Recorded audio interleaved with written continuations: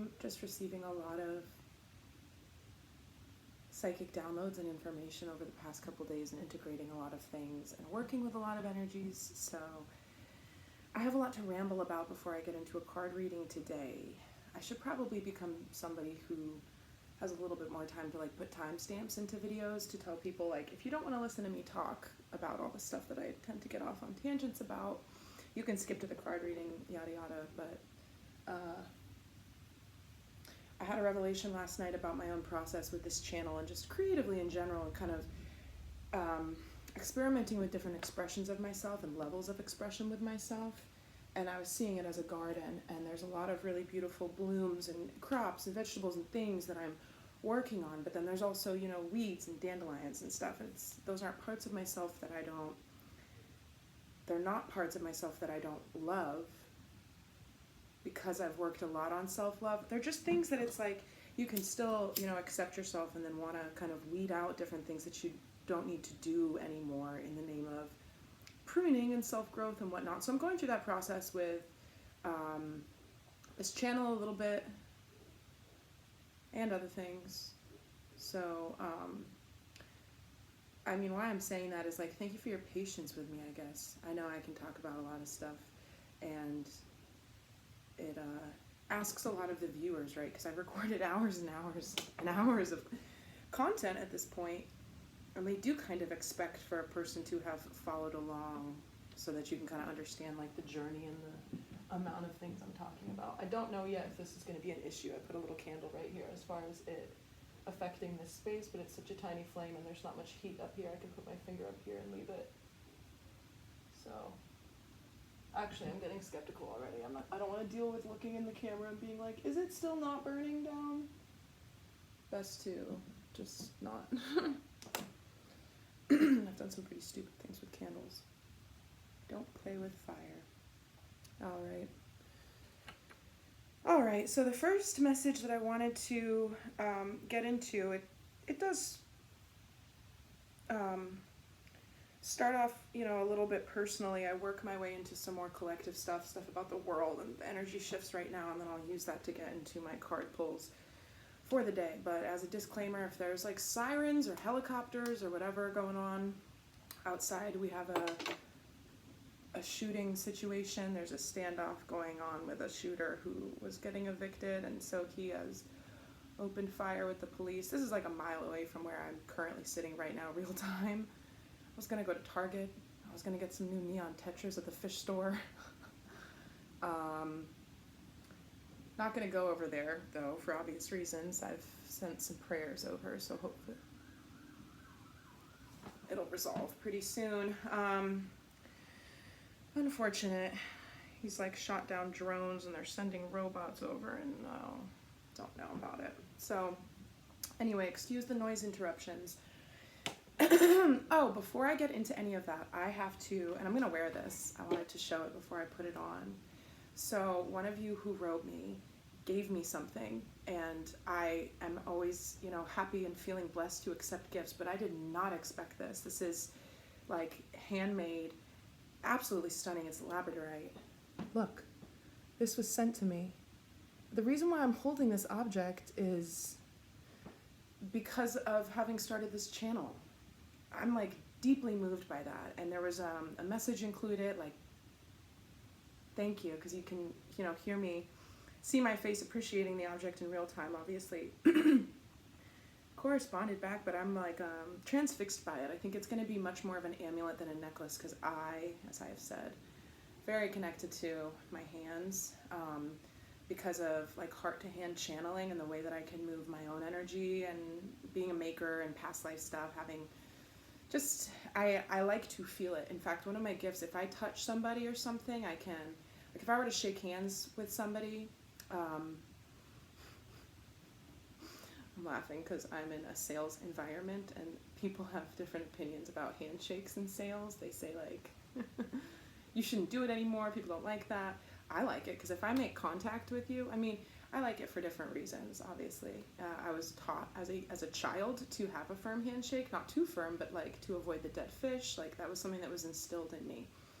And when I go to shake someone's hand, I can feel their energy. Like I can gauge them because of how, and this goes into hands-on healing and being able to sense things through the hands. So anyway, I've been having a great time just sitting with it. I am going to wear it for this reading, but the other thing that was included in the message about this is the Vesica Pisces, Vesica Piscis. This shape, it's also the mandorla. I'm not mispronouncing mandala. I'm trying to say it mordola or mordola. It's the almond shape, right? And you see it. It represents the vaginal opening of birth, source of creation and life, in a lot of classical art from all different cultures, really. And again, I cannot just like emphasize enough, this was handmade, and this side represents the masculine, right? Because these openings, these shapes, it can be like a Venn diagram where there's a masculine one, a feminine one, and their Venn diagram, that overlap is the unity that can take place between a masculine and feminine energy. But the squares, like that structural, just the binary or the contrast between the structural squares, and then the fact that the other side that represents the feminine or circular, cyclical cycles, is the coiled side. Love it. So thank you. This is just incredibly special. Incredibly special. I'm not going to be able to slip this over my head.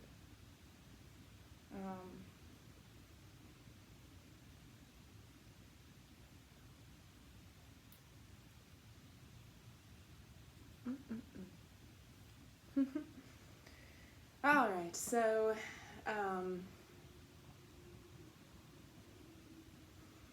okay, so I was thinking about my ladies, my ancestors, and their voices, because it's been a few months since I heard them like that. Yesterday morning I woke up listening to their conversations, and I don't know if the last time that happened, I know it was the same thing. It was early morning and I woke up to listen to them talking, but I don't know if I recorded a video. I know I wasn't posting the last time it happened, but I could have retroactively posted a video where I mentioned it, but it doesn't matter, whatever. Made me think about it a little bit more, because I was like, there are question marks around my relationship with certain guides still. Like, I am in a certain point in my process of working on amplifying my spiritual gifts, really. More and more every day. Like, there's always progress and more happening, and it's part of why I'm taking stock of how I'm sharing on this channel and utilizing it, because what I'm capable of is changing and expanding, and that's cool. And, part of me doing this is being able to realize that more and understand that and see it change in different ways and stuff. So for revision purposes and everything else, it's like the self being a garden and just trying to kind of, prune back the things that I just also write my own ego in learning. So I was realizing, like, I should just ask. I should just ask, because I am along for the ride of my own life and my own expansion, and I have intentionally facilitated certain things to try to be like, I want to know, help me learn. I do that all the time. But some things, are just in divine time and they get revealed to us, and I always find that to be true. But I was walking, and I've talked about this before, but when people think about meditation or the idea of meditating, they think of somebody being like, For me, meditation has to do with movement a lot of the times. I do walking meditations. You can meditate as you clean. It's about the mind. It's not about what you're doing. It's just that most people have an easier time doing it if they go into quiet space. But I mean, really, the idea with meditation is that you can be in a state of peace amidst the storm. It's a training of the mind that helps you, regardless of what's going on, keep that cool, calm center. If you can master that in a quiet space, good for you, but can you master it in the midst of calamity? That's the idea, So anyway, I was walking and I was asking them to help me understand my relationship to these female spirits or ancestors. That's basically the intent that I set. And then for the rest of the whole evening, this was hours of like unfurling and unfolding memories in my mind. And so it started out with me remembering a childhood memory I spoke on being a child and, speaking to spirit guides when I was out in nature, and particularly having this one side of my house not being inside of it, but if I was outside, I was in the yard, but on this one side of my house. It wasn't our front yard, you know, it was the side yard, kind of a side backyard. I just liked being on that hill or in the field over there, and it felt like an access point. And I would go out to venture that even as a child, there was, you know, I could sense that was real, and there was something to that. I found some sort of clarity, right? Or there was an energetic hotspot for me. And so, in addition to some of the other things I've shared, I had this memory return to me, which was about Hannah, Hanna,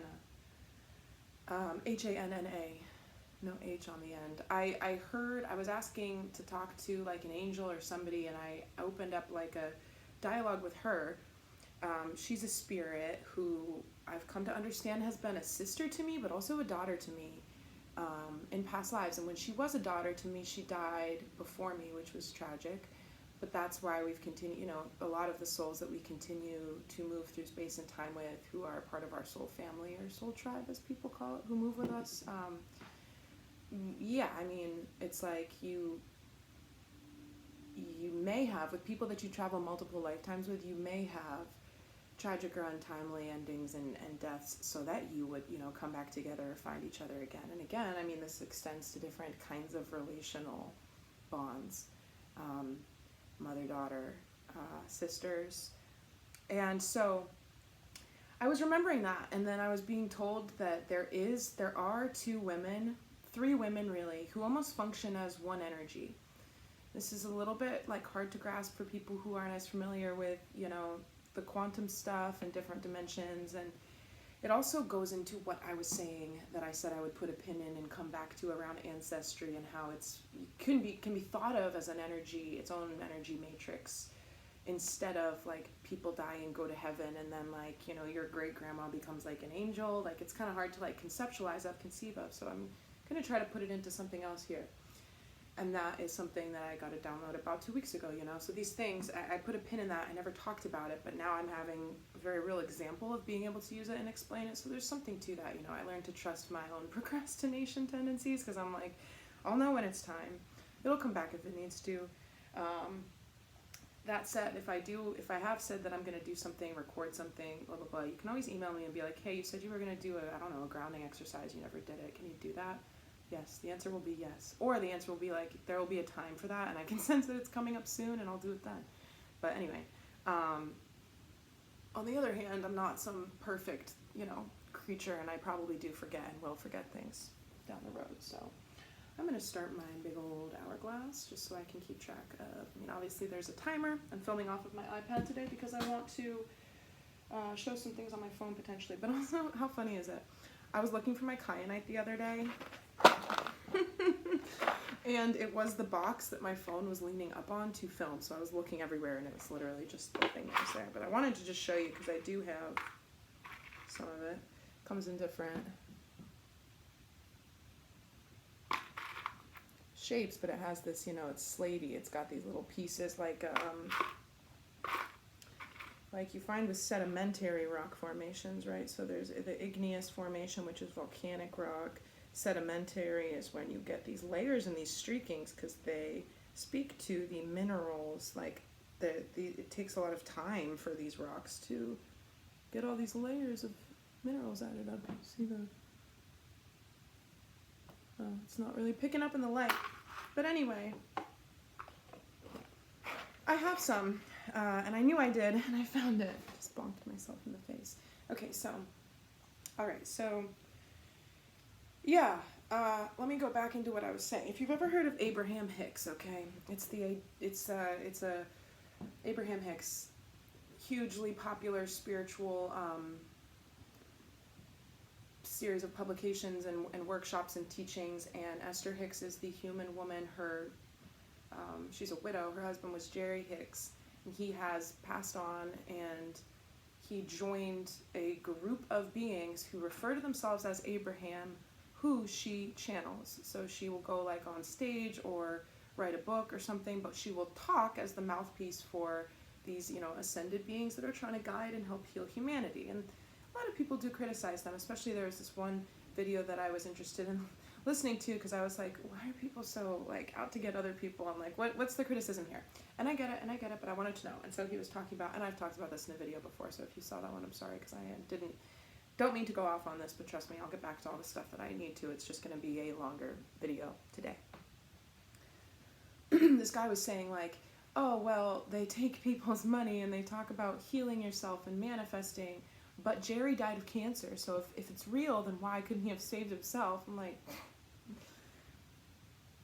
they're not claiming to be the Abraham, like, the teachings. It's how I feel when I record these videos. Like, there's certain information that I feel is outside of myself, but putting myself into this space and connecting with my higher self and my guidance system allows me to open myself up to learn things just by talking, and sharing that information. So I would imagine that when Esther shares those teachings, she can look at, the recording of everything she shared and be like, there's new information here for me as the human I am too.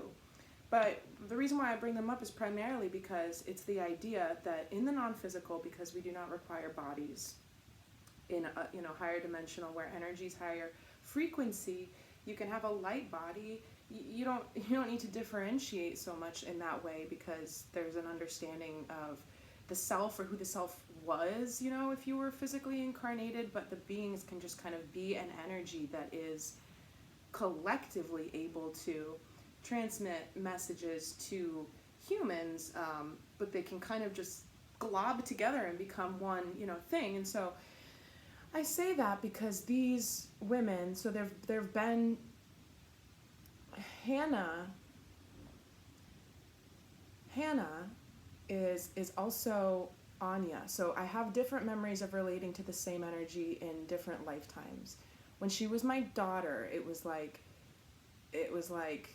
some, I don't know, who knows, 14th century life. When she was my sister, it was much longer ago. And I had another sister named Anaya. And by the way, these names, it's like, this is just what they're telling me that their names are. This is just what they're telling, this is just how they refer to themselves now. They don't need a name, right? They're not, this isn't real, it's all in my mind, right? But this is what I'm saying and trying to illustrate, trying to demonstrate. The reason why I'm sharing is for other people to be like, I wonder if, if I have connections, or I've had experiences, or I've had dreams, whatever it may be, of energies that, and here's the thing, I haven't thought about them in a long time, because this energy, they're with me all the time. It's almost like, makes me think of an exercise my mother did when she was at the Barbara Brennan's School of Healing and Yoga, where Barbara asked all of the angels, the spirit guides, the spirit teams that are with each individual to move one person to the right. All the women were in a circle, or students, I don't know if it was exclusively women. And my mother described it as the weirdest feeling. It was like she's been wearing a hat her whole life. She never even knew she was wearing a hat, but then somebody took it off and she put on a different hat, and it was like a really weird sensation. And so it's like that for me, because it's like I don't think about them or talk to them. They have a very integrated voice inside my own mind and my own voice, because we are very similar on the energetic level. My frequency was and is very similar to their frequency, and it was when we were alive too, if that makes sense. We were similar. You can come here to me if you'd like. Hi, sweets. Hi, honey. How are you? Hop right up here, little Bubs. Hop up. What's up? Do you need outside? Don't go lie down. So I have memories which I've shared before that have come back to me in a staggering manner, and by that I mean like over the course of time, little fragments, little snippets, but I've managed to like kind of go into more of a space of trying to recall them. But it's basically something around, and here's the thing about all of the spiritual stuff, everybody always talks about different races of aliens, the Pleiadians, the Arcturians, the Anunnaki, but then also, Atlantis and Lemuria and all these collective lost memories. I believe in all that. Yeah, I think all that's true. But I also know that there's a lot of like lore and fiction and distortion around that, because as with anything, as information expands and becomes more mainstream, it gets taken and contorted and twisted into both directions. So there's a lot of false, really bogus shit on the internet about all that, but then there's also a lot of truth to it. and the way through is always you. You know, the way to the truth is always through you. Again, with the age of Aquarius and going inside right now instead of getting information from the outside. So I believe that these experiences happened in some kind of aquatic ancient land like Atlantis or Lemuria,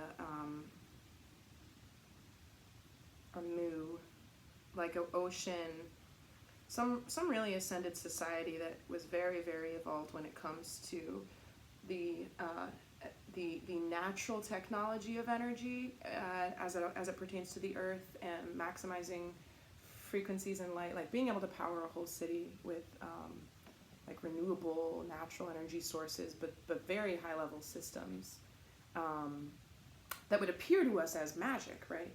But the laws that are on Earth right now with energy and stuff, it's still all possible the same way it was then. So my memory that I've kind of like recalled, it's why I have an affinity with shells and aquatic things.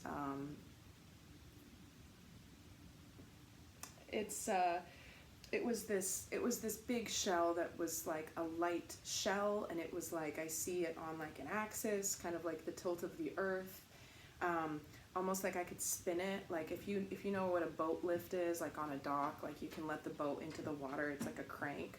I think I had some type of turning thing with it. It was kinetic, almost like the way that I feel about it is like there's like a lot of love in my heart for it, even though it's an inanimate object.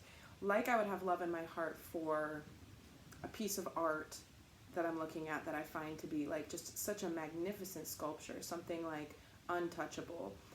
It was really physically beautiful, but it was also very powerful and useful.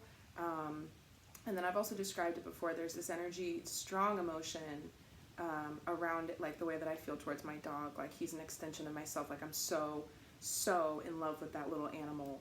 And I felt that way about this shell. But they were sisters to me there too. So Hannah and Anya and Anaya, all different names, right? Very similar sounding names, which is why throughout the course of my life, as I've channeled, I know about, here's what's interesting. Okay, going back again. I said it's been months since I heard them talking like that. So I'm going to get into the energy matrices thing around ancestry now. I have heard them talking, and they are old women in my head sometimes, because they also have ancestral incarnations in my own human lineage. And by that I mean, this is what I said, I think last week in a reading, where you can have spirit guides that are ancestors who they're so far removed that your parents don't know who they are, your grandparents don't even know who they are, you know? If what we're taught is real about, you know, families and systems and evolution, it actually takes, if you start to think about how many ancestors it took to create you. I saw a little cute animation one time where it was like you, your parents, their parents, their parents, and it just treed out until it was like 2,000 people. It doesn't take that long to get into really, really deep family trees of thousands of people, right, that it took to produce you. So they're in, both of these female energies are in my actual lineage, which is why they speak in accents and why they come through as being old. Okay, so it's confusing because, again, like as energies, they can be and present in any way that they want to. And that makes me think about the show The Good Place again, where Kristen Bell's character is talking about the other character, Tahani, and the fact that Tahani chooses to have a British accent, and Kristen Bell's character is like, I mean, she's dead. She doesn't even have to have that accent. She's just being pretentious. It's just what's comfortable for them. So there's different, it's a complicated relationship, because it's like, it could just be seen as one female spirit guide. It could be seen as two sisters.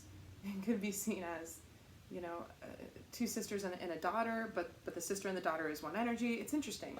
And then what else came through last night for me as I was asking to be shown a little bit more about this relationship was the fact that probably 2 years ago or so, I remember very distinctly, I was at like a gas station. I was on a road trip and I was stopping. I can see it. I don't know where I was at all. It doesn't really matter, so I guess. I got out of the car and it was like they were talking to me, but they were talking to me as their like the ancient sea community selves. And this goes into, there was a connection between those communities and like the stars, or what people are talking about as aliens.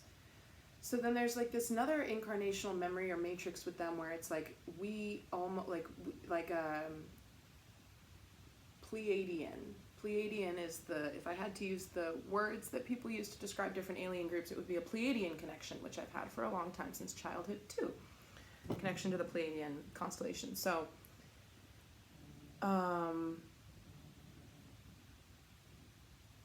interesting that that it's something I haven't put together before, because it's like they've appeared to me as different guides, like in different forms. But I have understood now, and I'm integrating that it's very very much the same thing. So it's a complicated one to like hold and understand, but also feel, right? Because it's so hard to detect, because it's like the hat that I've always been wearing. Okay, and then I do want to talk, and I will get into the ancestral matricey thing in a sec, but I want to show on the screen, I'll show the etymology of their names, because I was like, I'm interested about this, the craziest thing. And like, I don't know, look up the etymology of a bunch of other women's names, but the coincidence is that Anya, here, wait. I'm going to put it on the screen so that you can see it, but I just want to read it. So, etymology of the name Hannah. Hannah is a girl's name of Hebrew origin. Is it a variation of Chana, meaning favor or grace? In the Hebrew Bible, Hannah was one of Elkanah's wives, the mother of Samuel. Okay, so there's, grace, meaning grace or favor. All right? And then I search etymology of the name Anya, commonly derived from the Russian name Anna, translates to grace. So similarly in Hebrew cultures, the name Anya is also associated with the Latin names Anne and Hannah, meaning gracious. Anya. And this is why it's interesting, right? Two different lives, two different names, Anya and Hannah. But they translate to the same thing. And then I searched Anaya, and I questioned that one. This is when I was walking last night, I was meditating, and it was like, when this...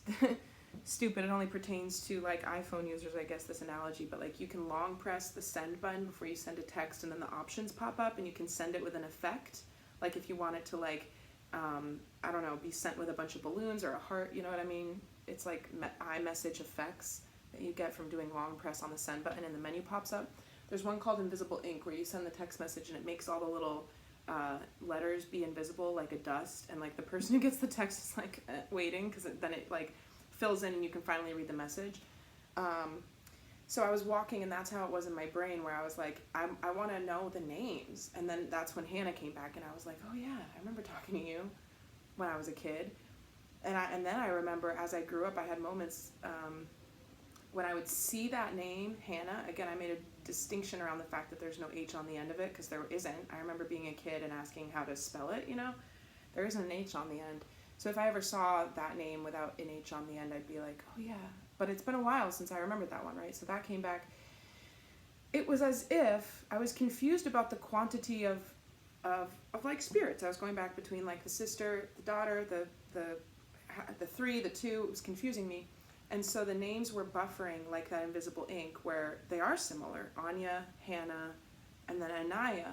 And so I almost threw Anaya out, because I was like, well, that doesn't make sense. I think my own mind is getting in the way. It's also like if you do a slot machine, like do, like they all start to fill in.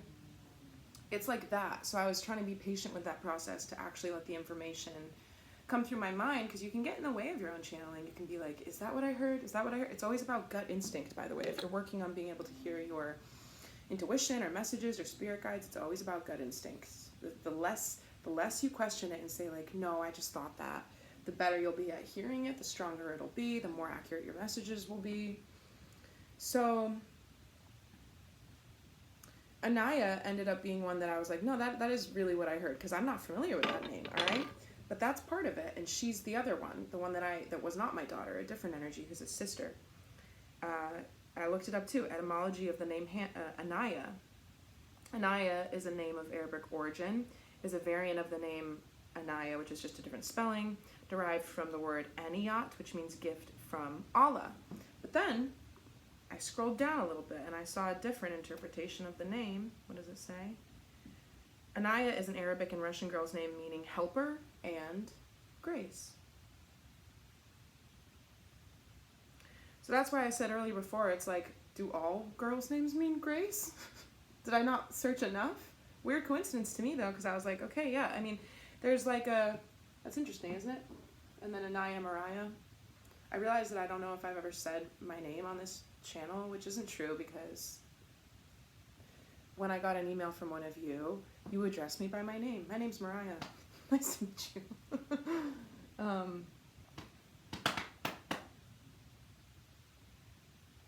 You know, just like it rhymes with my name. Anyway, I think there's something to, you know, the way that like parents choose names for their children. There can be divine and angelic channeling and meaning in that. They don't know that they're being, you know, spoken to. Maybe they do, you know. A lot of people report spiritual experiences around the birth of their children, you know, particularly for a woman when she's pregnant with a child, you know, can be dreaming of the baby before they arrive, or even before they get pregnant, they can be dreaming about the baby. So, but that also pertains to fathers and men and like having interesting experiences. And even if they don't necessarily believe that they are spiritual, right, these experiences can be somewhat spiritual, beyond the comprehension of what the person's willing to acknowledge. And by that I mean like angels could be guiding you as you go through the process of naming your baby type idea. By the way, if you see little floaters, it's from the Palo Santo. It's a high resin kind of Palo Santo that creates these little black things. They're not little bugs or ghosts or whatever, I don't know. So that was really interesting to me. And what else I'm going to transition to talking to you about now. Oh wait, I got to do the energy matrixy thing. Okay. All right.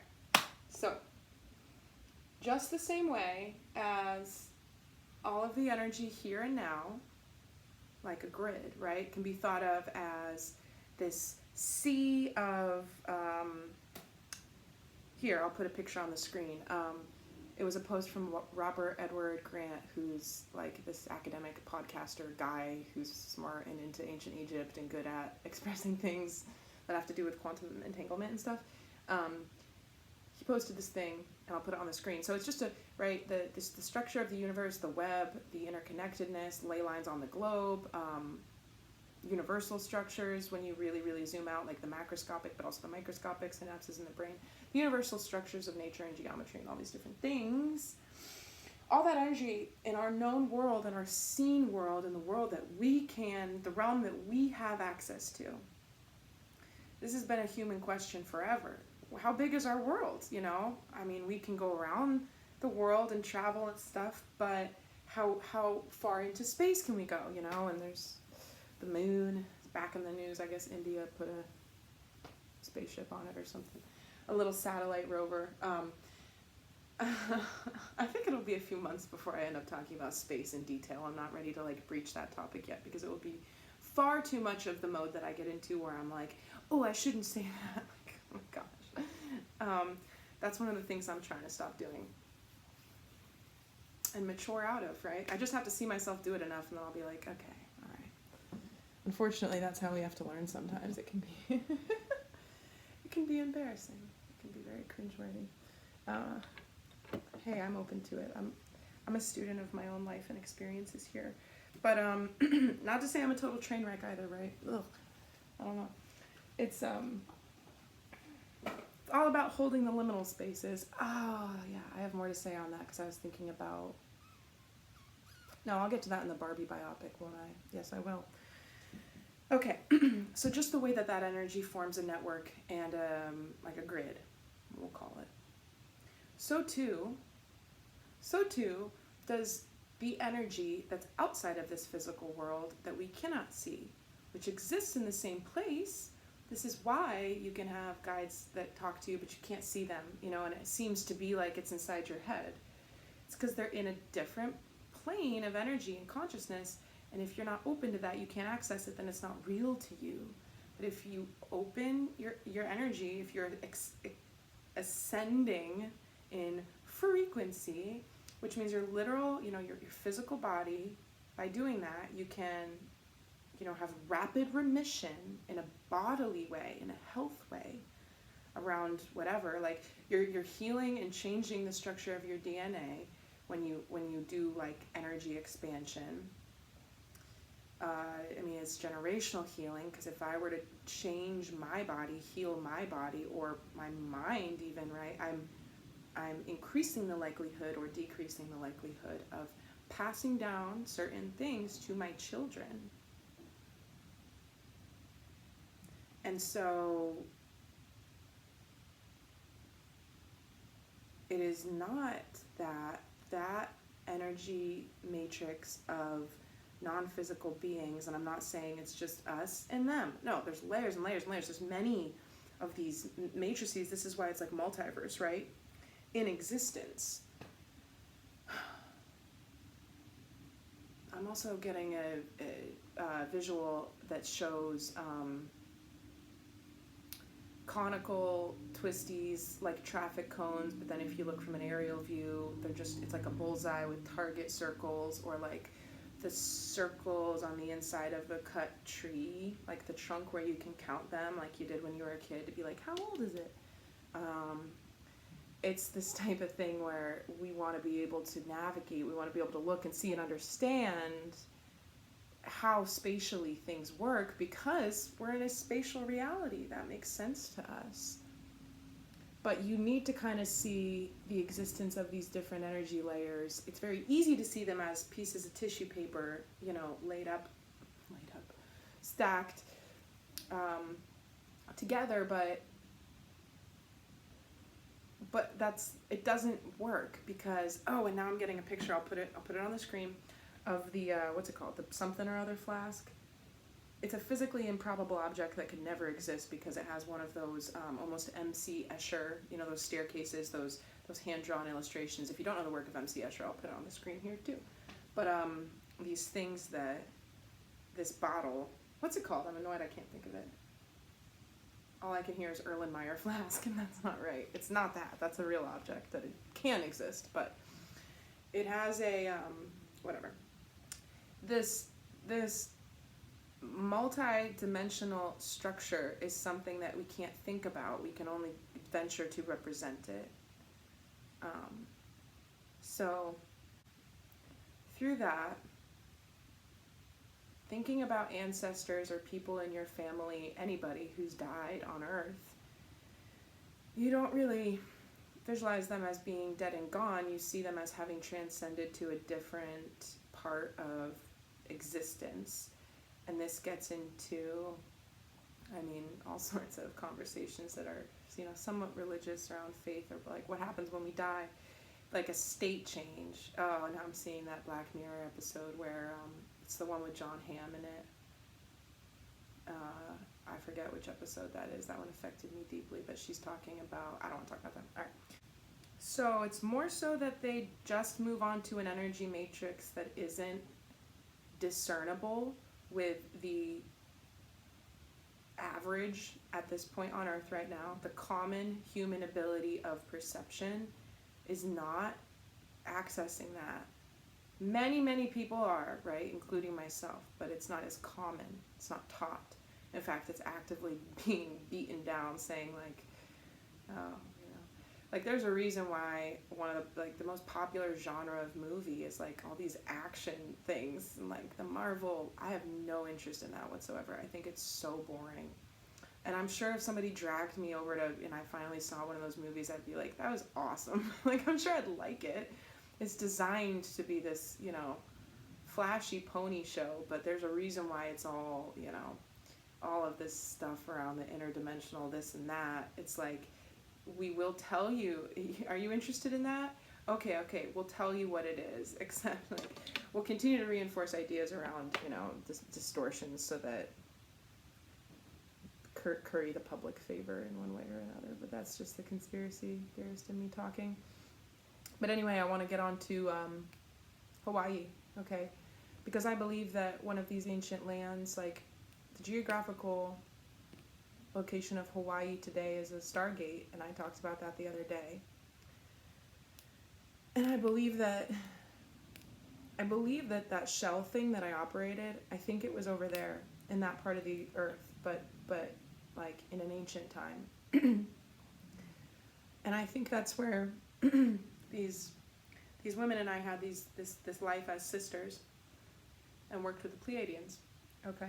There's a lot there to unpack, I know. I mean, whatever. I don't care if it sounds crazy. I'm not going all into that, but I can't believe how blocked I'm getting in my voice right now. So, where am I going to start here?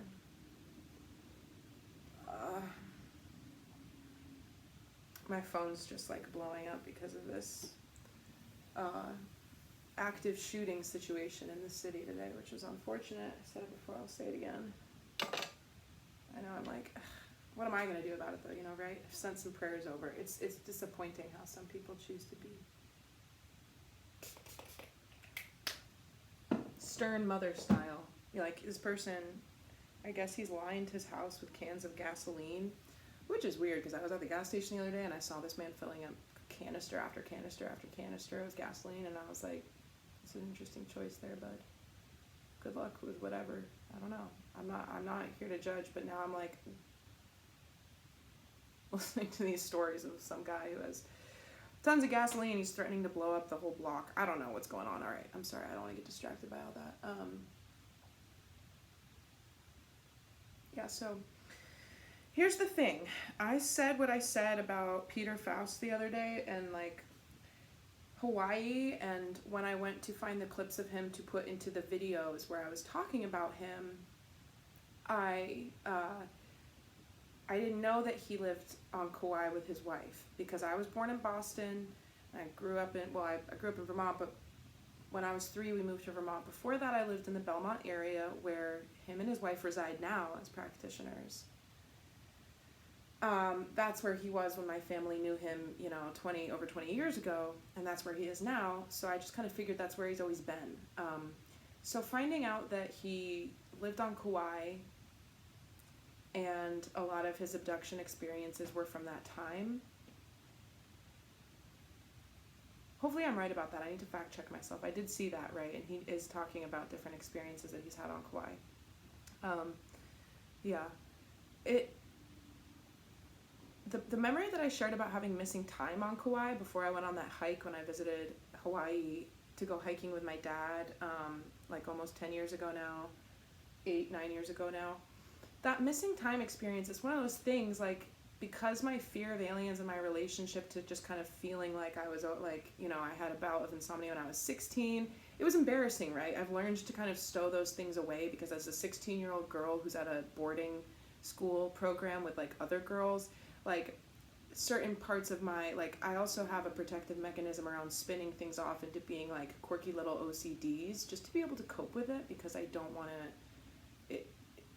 I don't know, you know, it's hard to tell people that you're genuinely afraid of aliens when you're not a kid anymore, but it's been something that I've dealt with for a long time, and I just want to clarify and reiterate that I no longer live with that crippling fear, because I've been working through it for a while, but I was still dealing with it when I was, you know, older than some people may think that, you know, you could be up late at night scared of being abducted, whatever. What I'm trying to say is that that memory came back pretty easily, and I was thinking about, I was combing through my histories looking for different things I could share that I feel comfortable right now sharing about, like, that have, you know, that missing time phenomenon that people who have been abducted can report, and just weird inconsistencies with my own memories around certain things. And it's one of those ones that I did put away in a place that I don't visit too often, right, in my memory or in my archives around different things that I can think on. I haven't thought about that in a long time.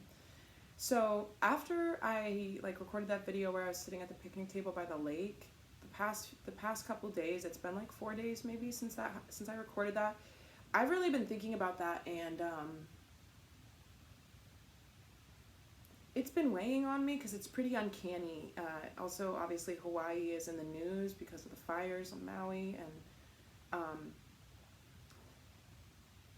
okay, all right. I'm just gonna go into all this. So, Oprah I talked about Peter Faust going on Oprah. So Oprah's already been part of the story. Hawaii's already been part of the story. My own experience.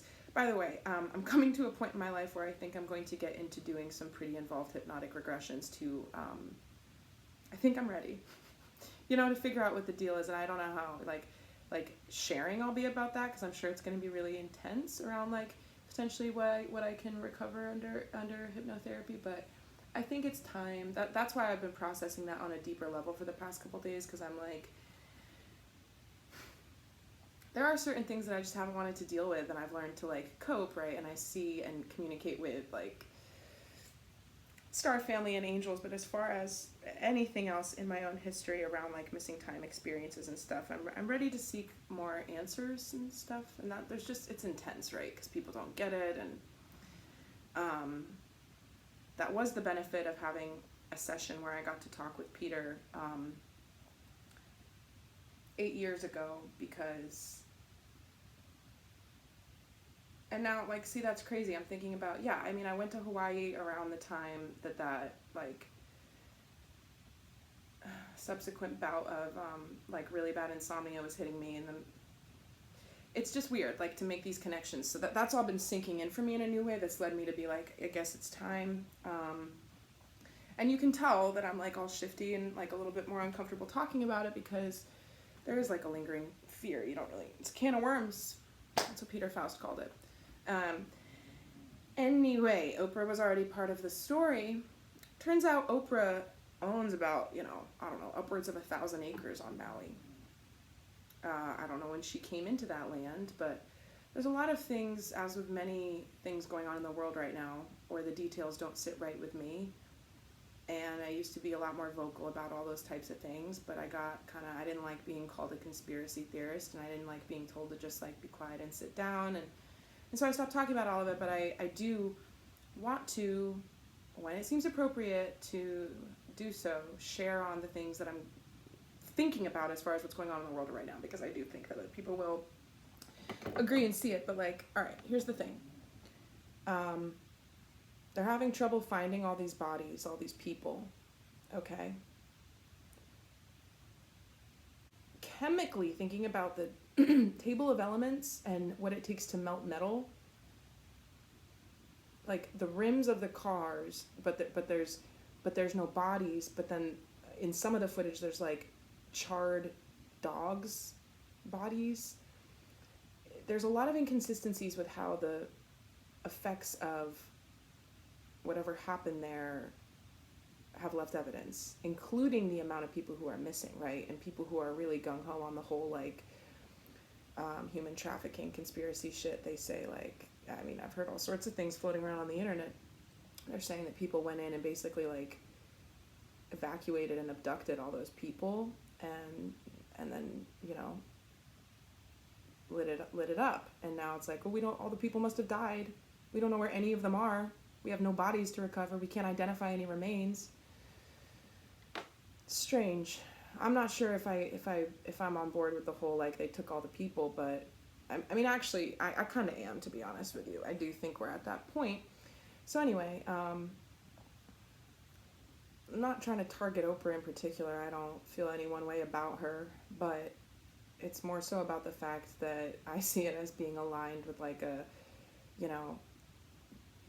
there are people, and I'll put posts in here. I've been seeing posts about this that I was like, yeah, I kind of get with that. Like, people are afraid, who have been displaced by this tragedy, that they will not be able to get their land back, right? And there is this kind of encroaching smart city, land grab thing where the government is like gonna fix it all back up, but it's probably gonna be like, I don't know.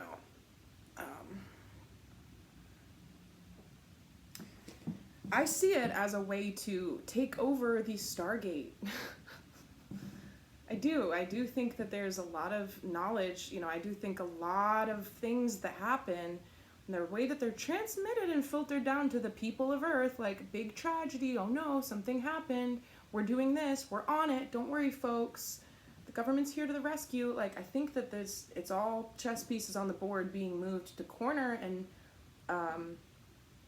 to corner certain things I have certain feelings about Ukraine stuff. I know people have died. I know people are suffering. I know people in America who have Ukrainian, family members or stuff. They're in contact with them. It's very real. I'm not saying it's not. I'm saying you have to read between the lines. There's always going to be people who were part of a tragedy who give it validation because they're like, I was there, I saw it. But listen, there's these things called directed energy weapons.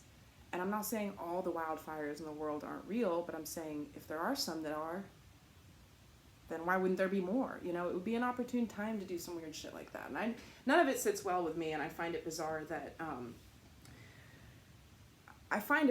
there's this coinciding thing happening right now between my Hawaii memory around missing time. And if you didn't watch my video from the other day, basically I was lying in my bed and then I was in a hotel room in a separate bed from my dad. He was over there sleeping. I was in a bed. I kind of got what people refer to as sleep paralysis. I couldn't open my mouth. I was fully awake. I was listening to music, but then my music cut out because my ears started ringing really loudly. And at that point I couldn't move, I couldn't see, I couldn't speak. And then there was just nothingness. And I don't believe I fell asleep because I was kind of freaking out. I remembered that happening, and then I was just on the floor, and my iPod or my music indicated that it had been playing for about 3 hours, but I didn't really know. I didn't really feel like I had been asleep for 3 hours. It was weird.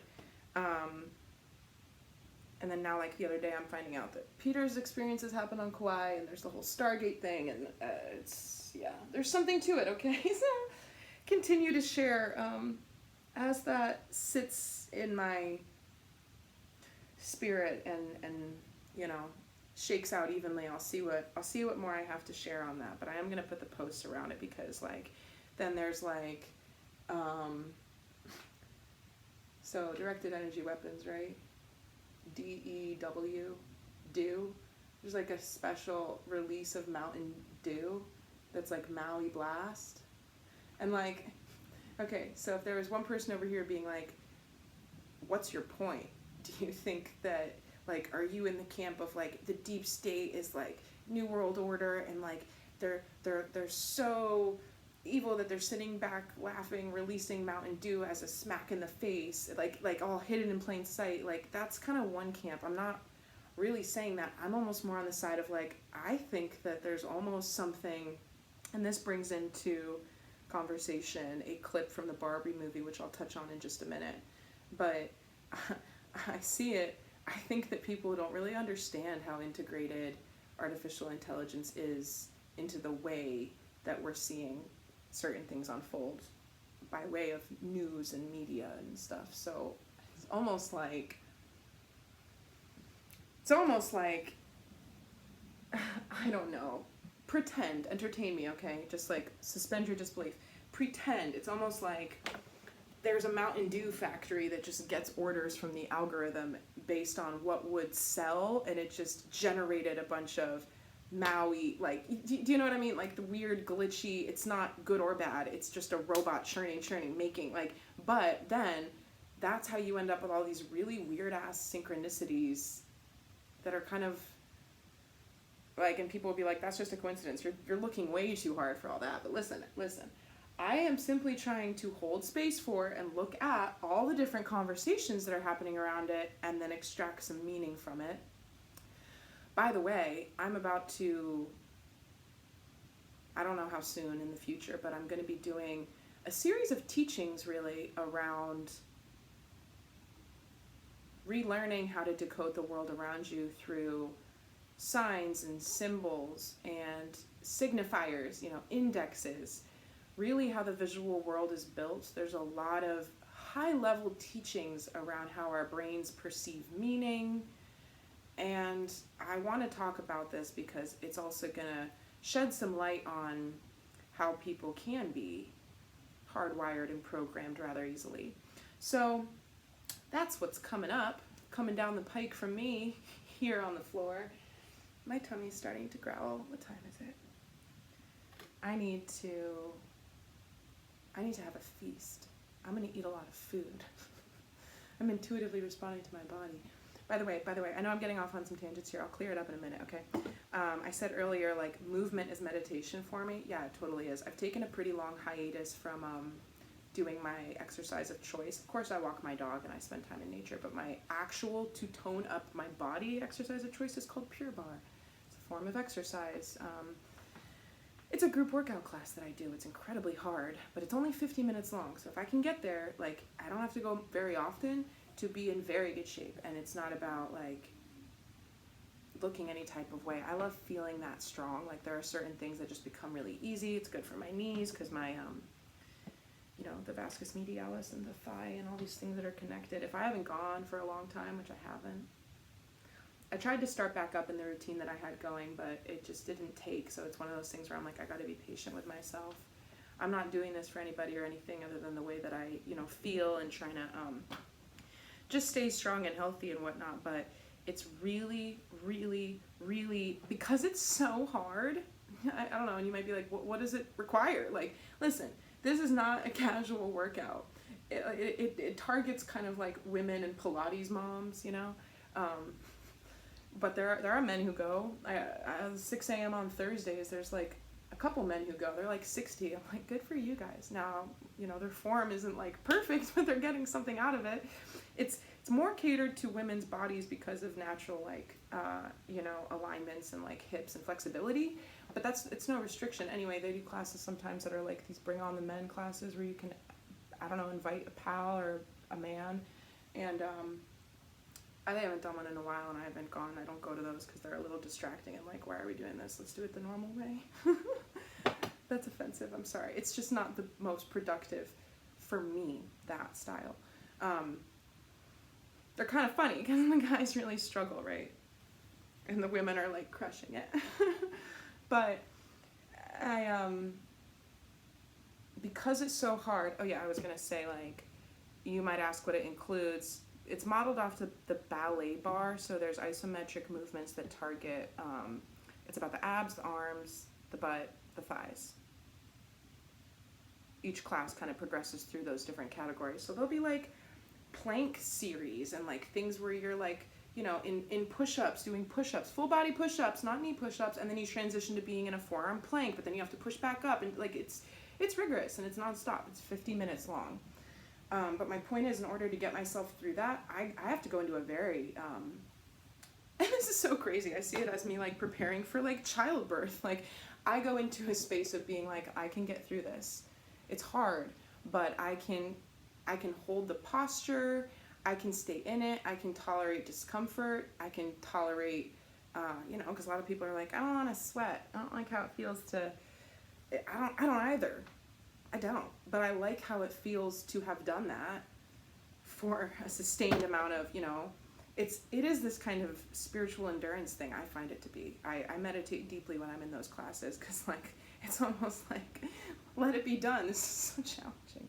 That's why I've been putting it off, because I got to get back into it. And the first couple weeks of getting back into it, they're pretty brutal. It's not easy for me.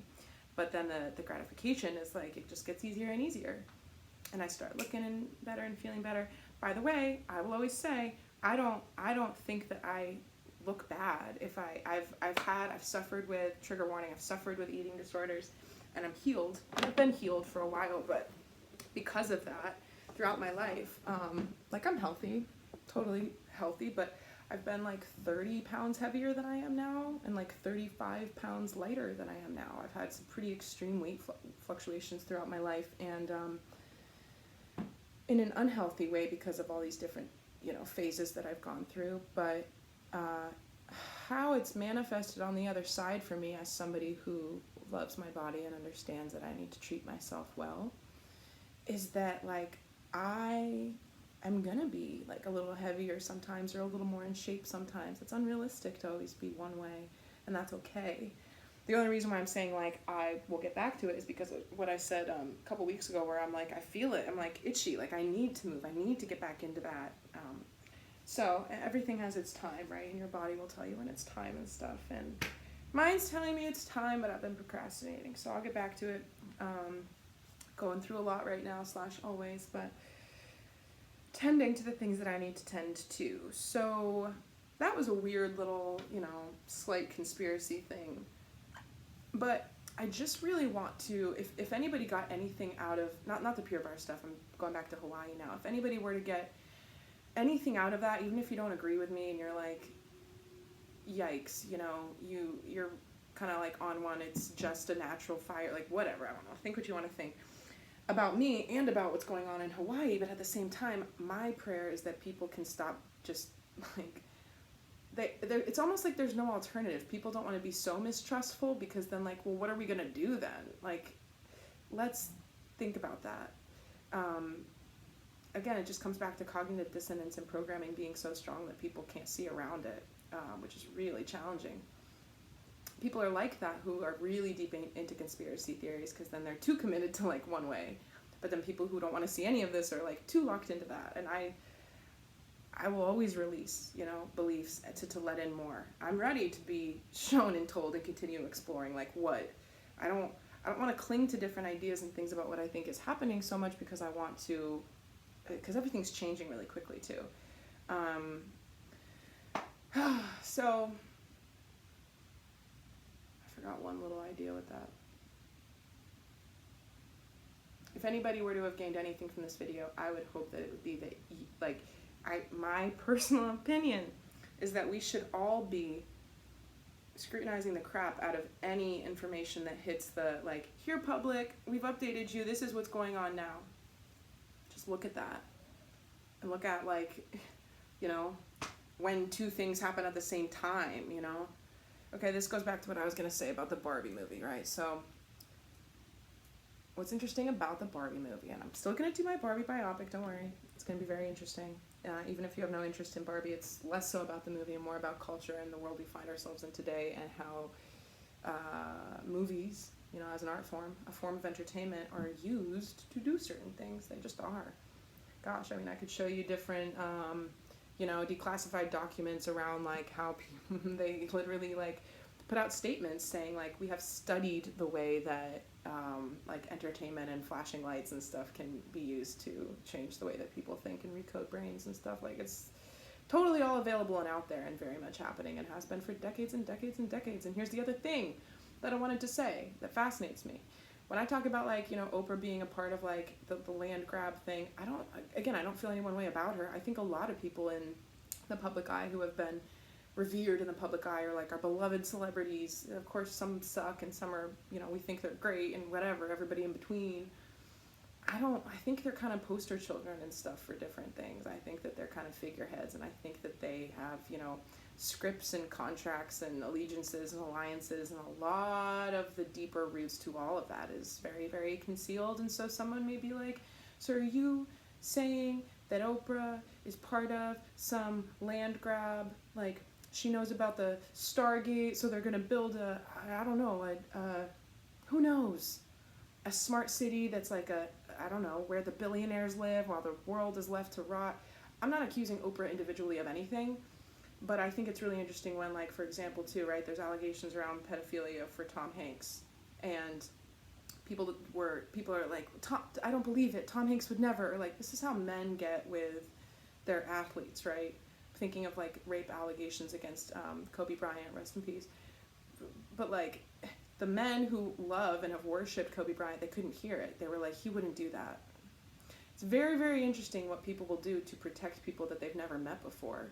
And it's very, very interesting how we think, you know, somebody would be like, Tom Hanks would never do that. Like, you don't know him. You never met him. Maybe you know somebody who did in, like, 2004. So cool, good for you. But, like, it's very interesting. You can, like, do, like, just it's very, and it's, it goes into idolatry and all these things. It's fascinating how people will go to protect,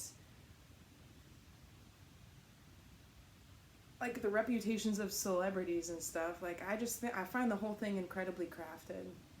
The dramas and the chaos and certain allegations. Again, to keep us in this runaround, right? Because you could look into that, too, with, like,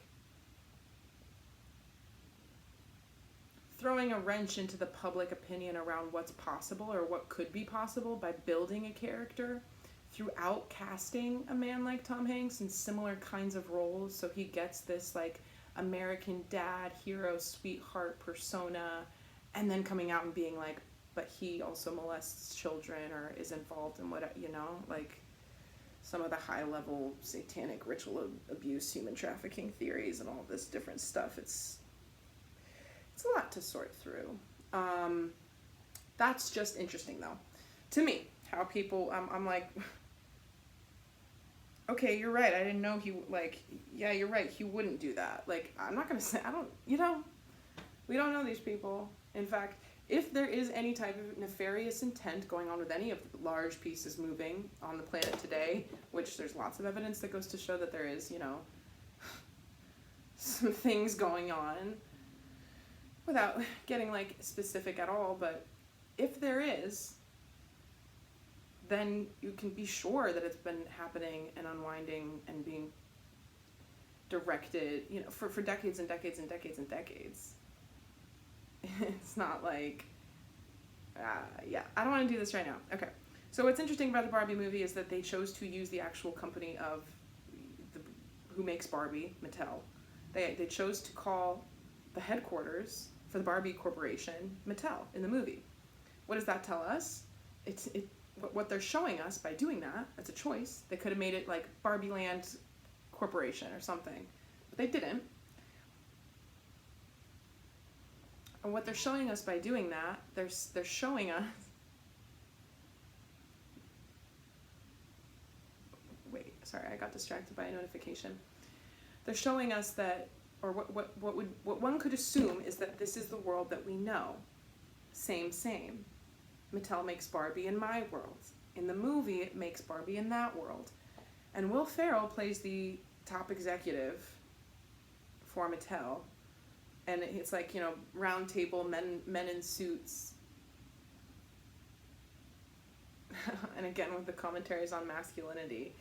This one I've been holding on to for a really long time, so I'll just say it now before the Barbie biopic. But the biggest issue for me, the conversation that I keep referencing that I haven't heard around the Barbie movie, the reason why I think people are like, it's so deranged and anti-man, but then on the other side, how people are like, it's anti-patriarchy without being anti-man. It's fabulous. Everyone's free, and we can be gay if we want, and we can be whatever. Yes, I'm all for that. I am. Trust me. I want people to be who they are. However, the problem with it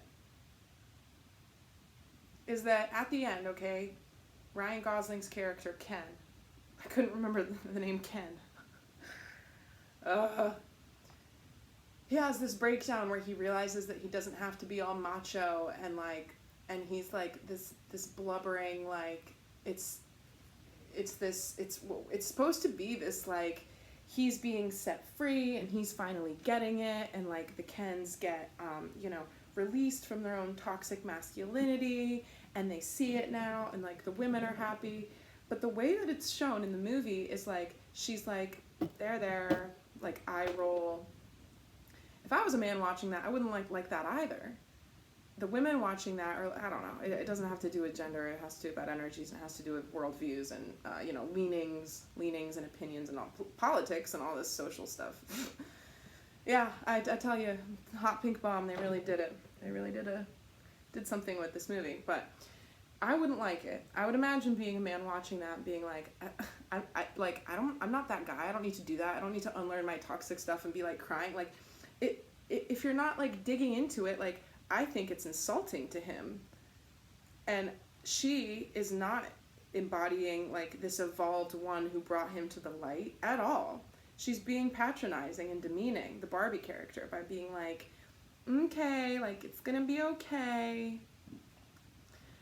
The movie in no way delivers any type of character from a male perspective who inhabits masculinity in a healthy, healed way. The traits of healthy, healed masculinity were not demonstrated in that movie. They took it to the other extreme, and that other extreme is the very location that people who are skeptical about feminism and who don't like the whole, like, I don't like it when people are like, the men are trash thing. I think that's horrible. I think we really need to fixate on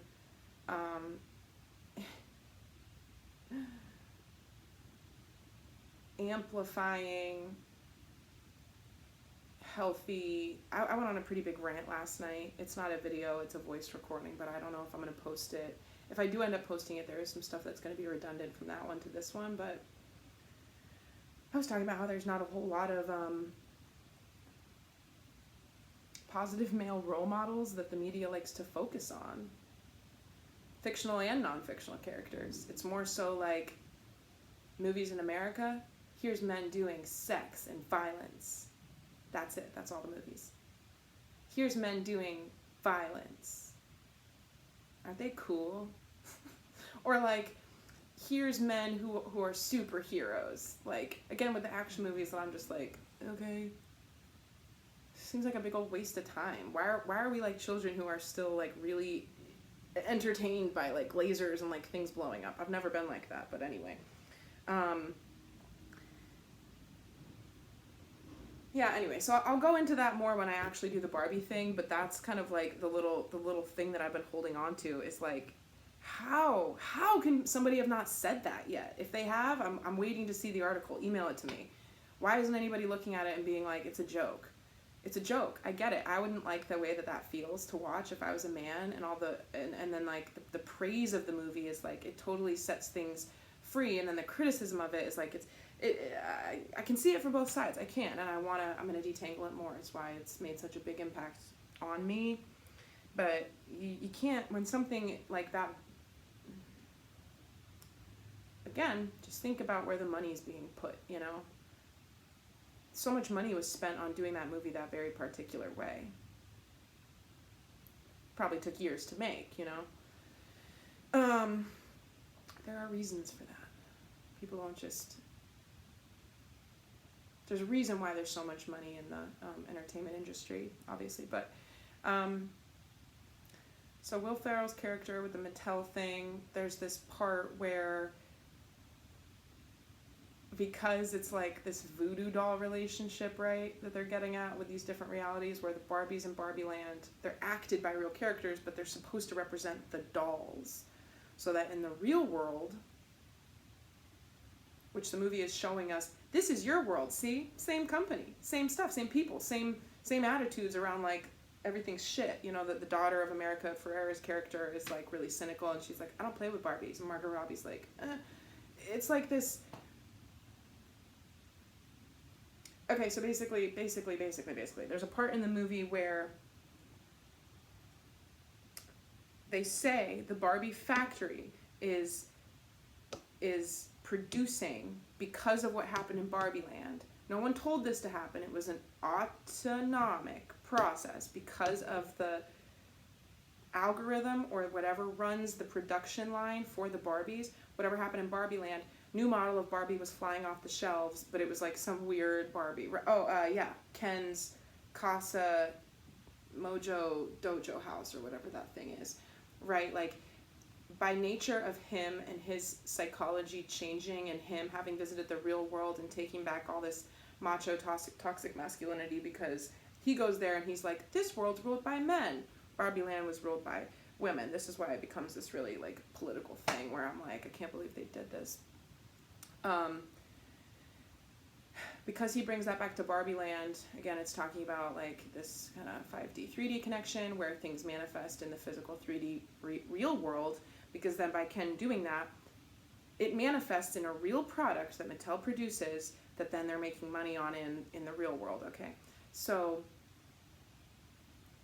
I've been trying to make this point for like 15 minutes. It's so crazy the way it takes me so long, but if you, it just does. I guess I have ADHD, I don't know.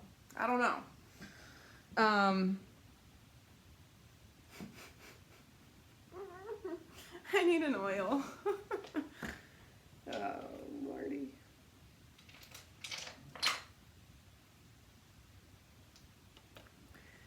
So, they're talking about something, Will Ferrell and his Mattel corporate henchman, and he says something, and he's like, that's a horrible idea. And then the guy behind him's holding an iPad, and he goes, boop, boop, boop, boop, boop, and then he taps him on the shoulder, and he says, no, that's going to make a lot of money.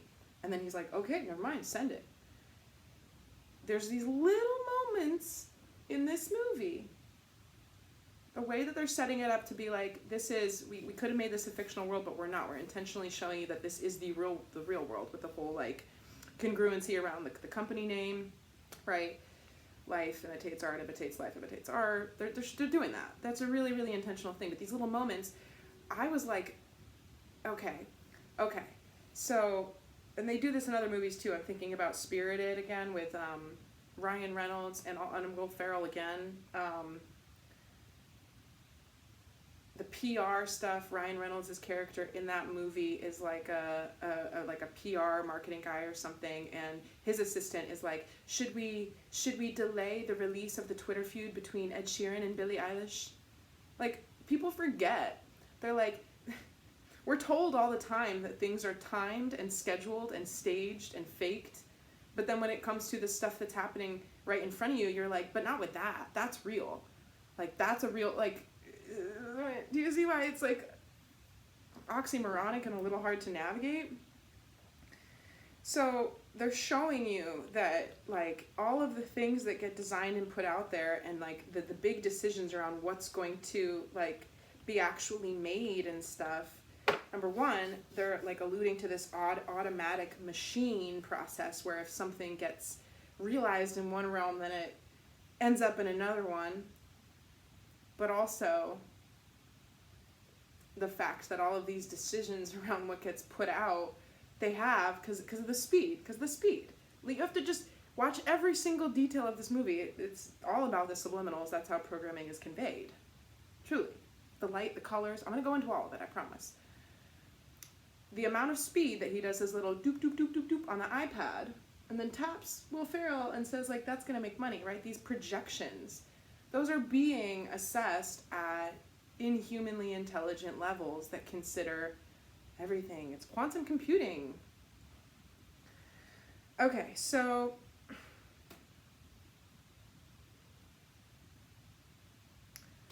I'm going to kind of change gears here. I don't think I should do a card pull. I think what I'm going to do, I'm going to continue sitting here and I will do a card pull, but I mean, I'm going to post this video and just make it clear that it's just me sitting and talking, because I know probably, you know, not everybody likes this form. Some people just want the card readings. Maybe some people don't care and they're like, we're just waiting for you to stop judging yourself. I'm working on it. I'm not really judging myself. I just like, sometimes I'm like, I have to say that out loud so people know that I also know that I'm a little, I don't know. Whatever.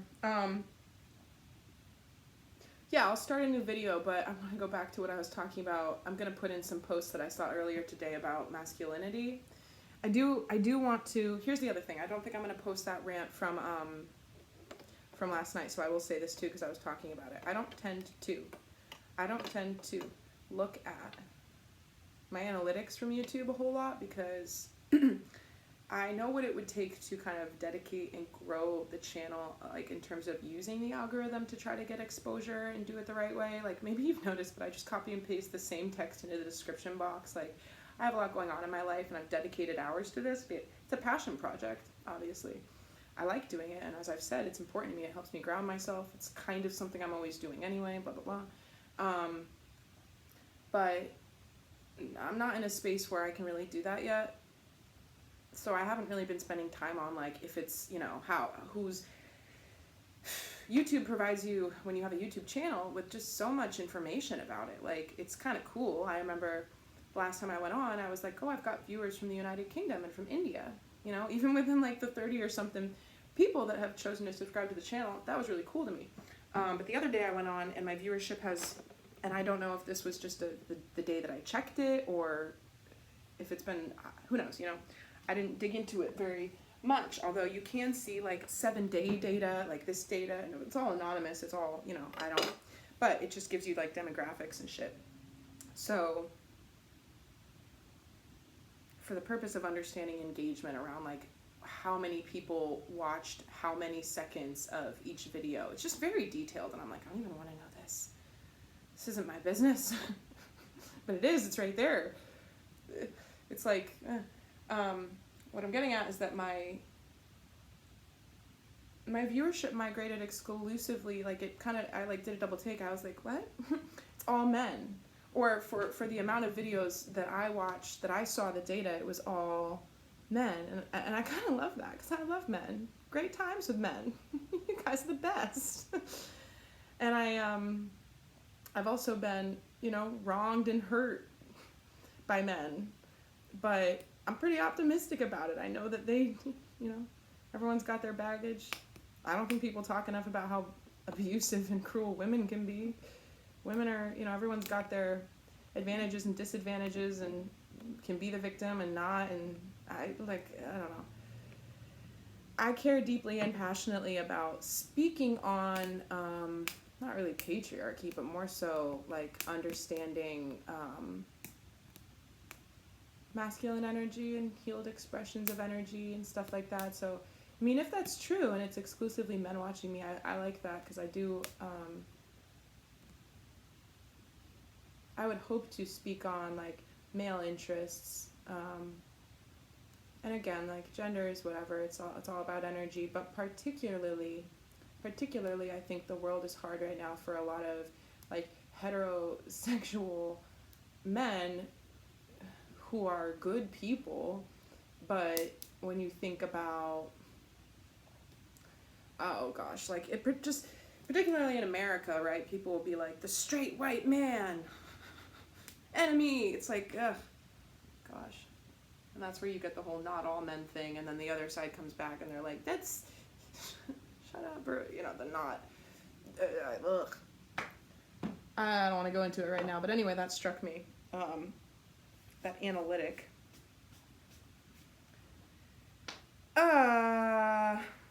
So yeah, I'm going to put the post on the screen right now, because I think that made me think about what I said the other day, and I said it something as a joke. I said it kind of like a joke. I was talking about how I like to celebrate my birthday for a whole week, and maybe you thought I was kidding. I'm not. Like, maybe it's a little childish. I don't think it is. This isn't a dress rehearsal, sweetie. This is my life. Like, what am I gonna do? Not celebrate my birthdays? Like, I'm just getting older. I'm just, like, why not? Celebrate yourself. It's not at anybody else's expense. It's a choice for me. I'm not like some nightmarish woman getting married, expecting all her bachelorettes to be like, spend $1 million and come to Vegas with me and wear matching. There's nothing wrong with doing that. You guys are beautiful. You look great. Whatever. But I'm just saying, I'm not trying to get other people to. It's just about a choice. It's a choice to be like, this week is special. This week revolves around my birthday, because it only happens once a year, and I'm worth it. and it also wasn't like my boyfriend being like, you don't get that. That's not right. It was like, he genuinely thought that there was a certain way that it was done, like birthdays and stuff. And we even got into, like, this personal thing to share, but I mean, I'm no longer with him. It is what it is. It's one of my stories, just like anything else. I mean, if you ever see this and you don't, I wouldn't ever mention people by name, but just email me and tell me to shut up. But,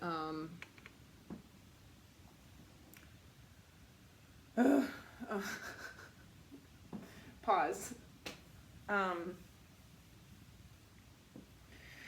Yeah, it's kind of personal, because it wasn't just like some joking thing. We got into like a whole thing about it, and I was like, can I ask you, do you feel diminished, like as my partner, if I choose to want to celebrate my birthday for a whole week? I was wondering if there was something unrealized within him where he was like, kind of almost like this inner child thing where he was saying like, you can't have that, but it's because he secretly wanted it too. So I was like, listen, I'm more than willing to celebrate you for a whole week when the time comes too. And he was like, no, I don't need that. Like, that's not how it's done.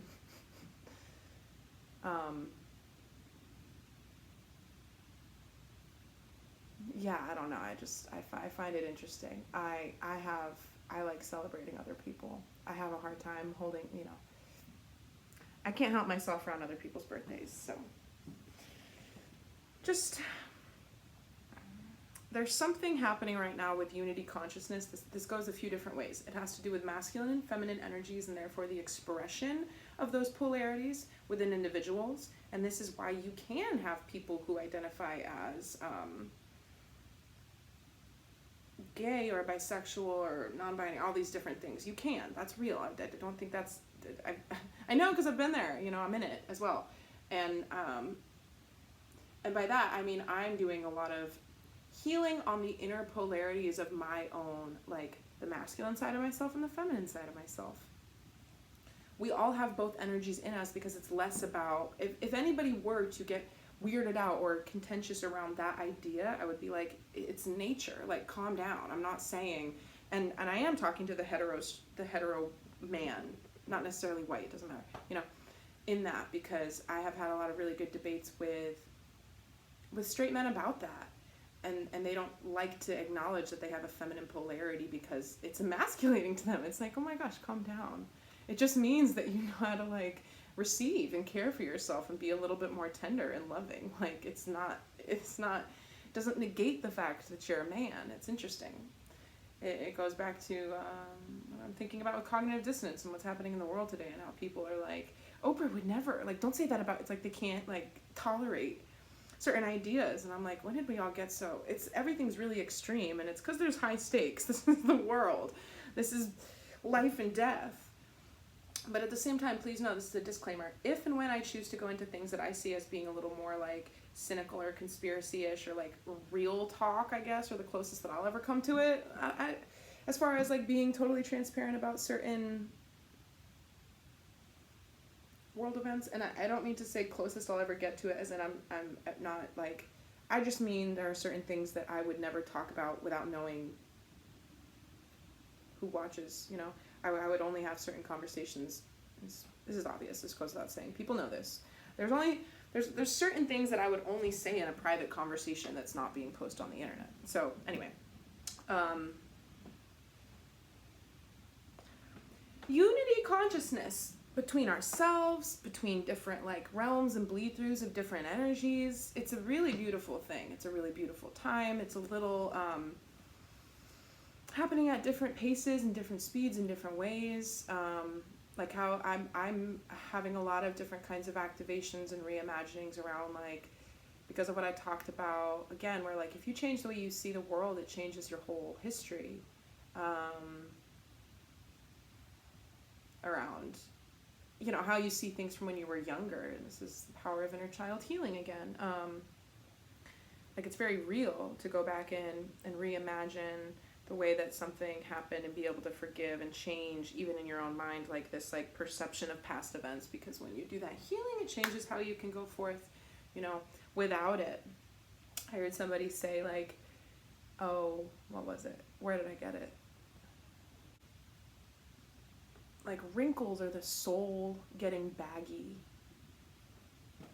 Oh, okay, it was some story. Yeah, it was an Instagram post, and it was this man who met a woman, and she looked like 60 years old, but she was 100. He said, what's your secret to long life?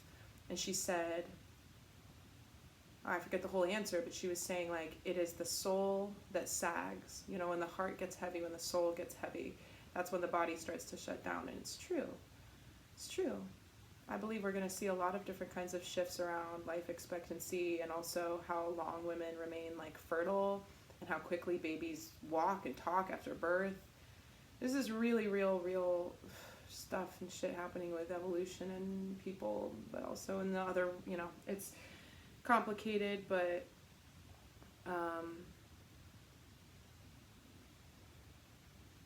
by the way, when I shut down certain thoughts and I say like, it's complicated, there's a lot to unpack, blah, blah, blah, these little things that I do before I jump off into other non sequiturs, or seemingly so, it's not because I don't think like I can talk about it in most cases. It's because I don't want to have to go on those mind tangents. It's more so an irritation with how busy my mind is, and I'm like, I don't want to go there.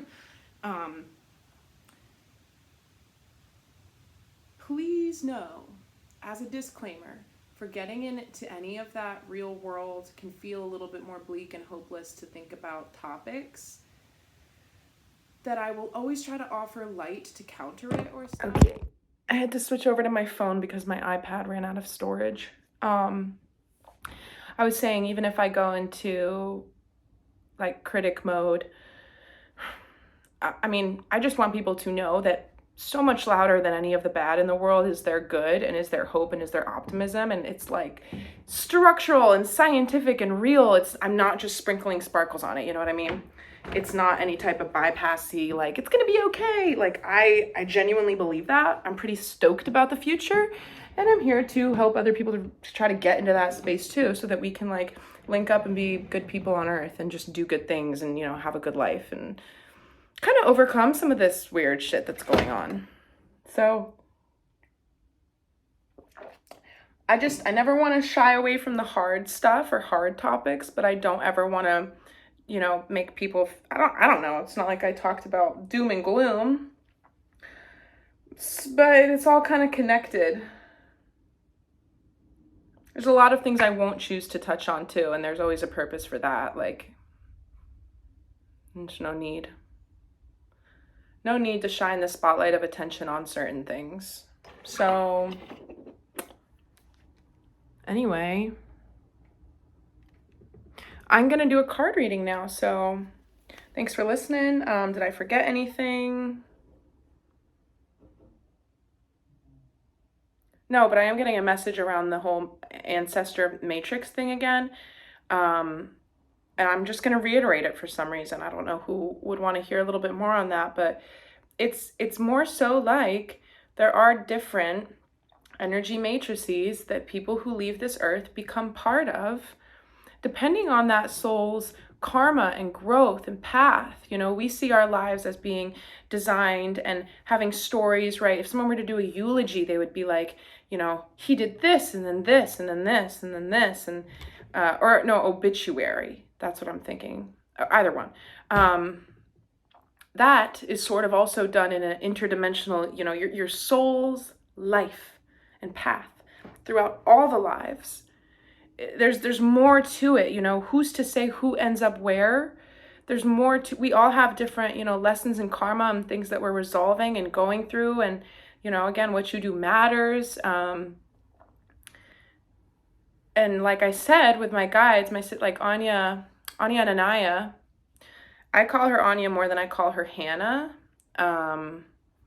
because I knew her first that way. But anyway,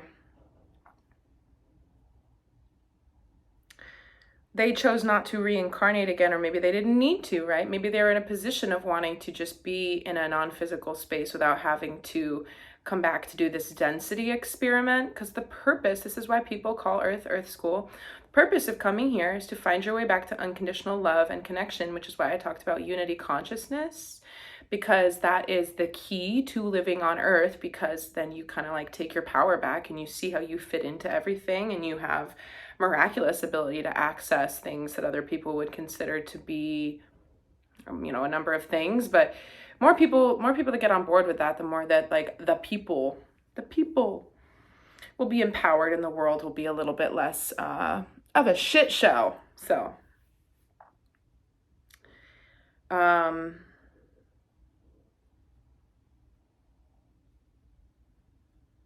yeah, I mean, the other message coming through with that is that if you've lost somebody and you miss them dearly, you can call upon them. You know, you can feel like you're close to them, or you can ask them to give you a message in your dreams or something.